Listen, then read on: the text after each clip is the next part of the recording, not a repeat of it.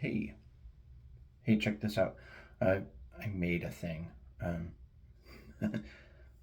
as you do. It is really cool. I started by downloading this 3D model of. It looks like a kazoo, but it's not. It's like a membrane clarinet. So this looks like a kazoo on the outside, but here's a piece of rubber, and this is just kind of a washer that goes on there. And then inside, you can't really see because it's black, but inside things are set up so that when you blow in here, the air comes out. Let's see. The air comes out on only around this narrow ring. It comes up through the narrow ring, and then it has to push this rubber out in order to get farther.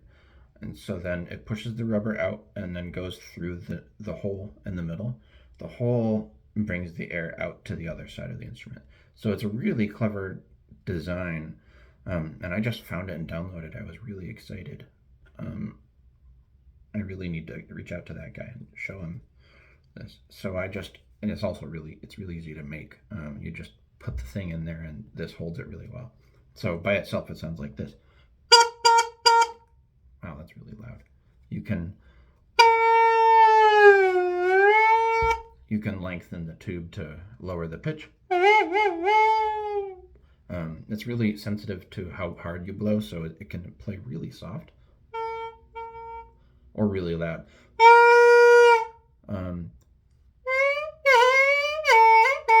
If you push on like one side of the membrane here, it'll change the pitch too.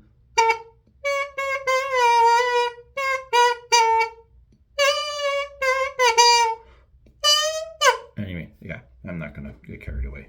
I don't know, before I printed it, I added a little shape to the end of it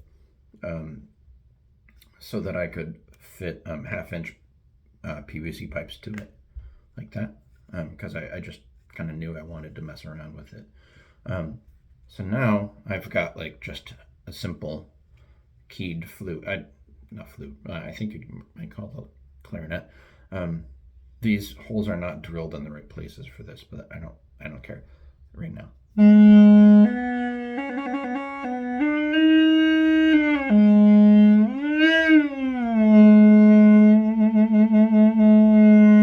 So that's already pretty cool.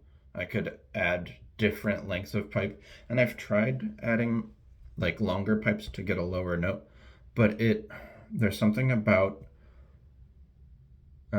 I think maybe the input here is bigger than the output, and so like it leads to some back pressure, I think, and so they end up getting stuffier the longer the tube is. So like too much longer, and it just doesn't sound very good. It sounds like you're underneath a blanket or something. Anyway, I don't probably need this, but I have it on there anyway. But the really fun thing I found out was that this also happens to fit in here. And I was just curious, looking for other weird things to do to the thing. So the first thing I found was that I could put an elbow in here. And what I found is that so the membrane is vibrating back and forth like this. And the length of this tube affects the pitch that comes out, but also the length of this tube affects the pitch that comes out. So you could put keys here or here, or both, and they will both have an impact on the pitch. So that's cool.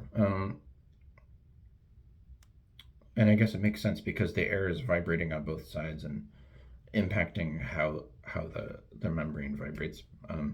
But what I ultimately discovered was that you can muffle this airway and still get a note. So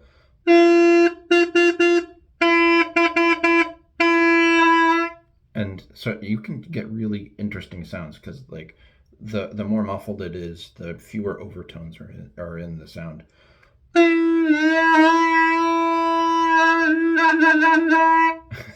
I mean, it sounds like Chewbacca. It sounds like a Wookiee.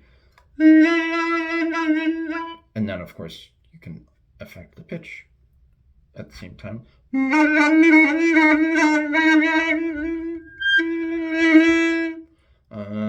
If you pull this out a little bit, like I just pushed this a little.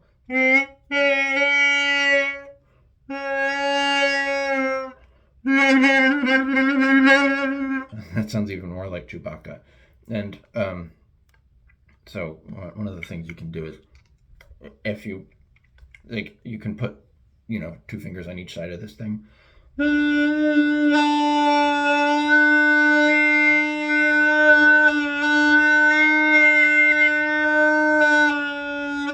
I don't know if you can hear it really clearly, but the overtones are really clear. One finger will bring you down one overtone, and then like you can choose different overtones in the sound. That's what the main overtone is right now.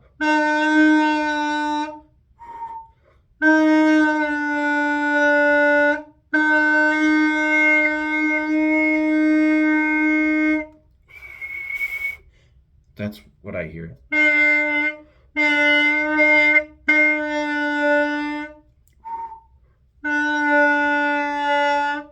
I'm not really sure how to control it, but it really emphasizes the overtones, was the point I was trying to make. And finally, this is really cool because it doesn't take a lot of air or pressure, so I can just talk into it, and that's enough pressure to make it sound, which is a lot different from the other membrane clarinets I've made. What that means is all I have to do to make it sound is I can hum in here, and then you get two notes interacting with each other, and that's where it gets really wild. And you can still use these holes and this. I'm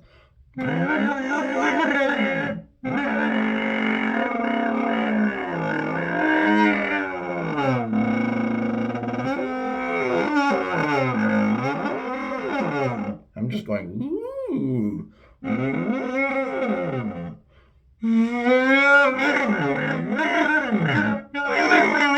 I don't know. I think that there are tons of possibilities as far as sound production. Like, I don't know.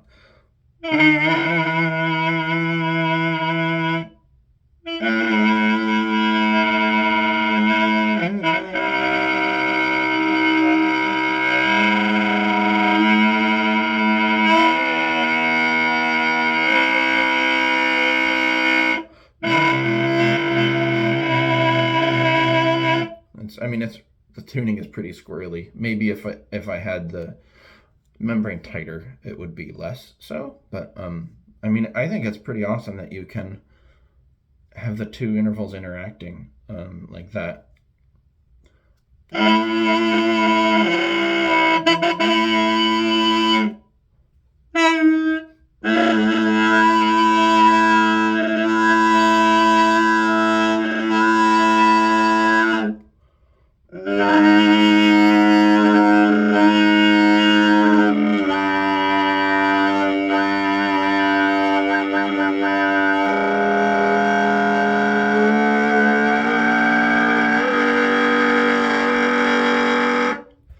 That gets to be pretty hard. That used a lot of air pressure. Yeah, thanks for coming to my TED Talk.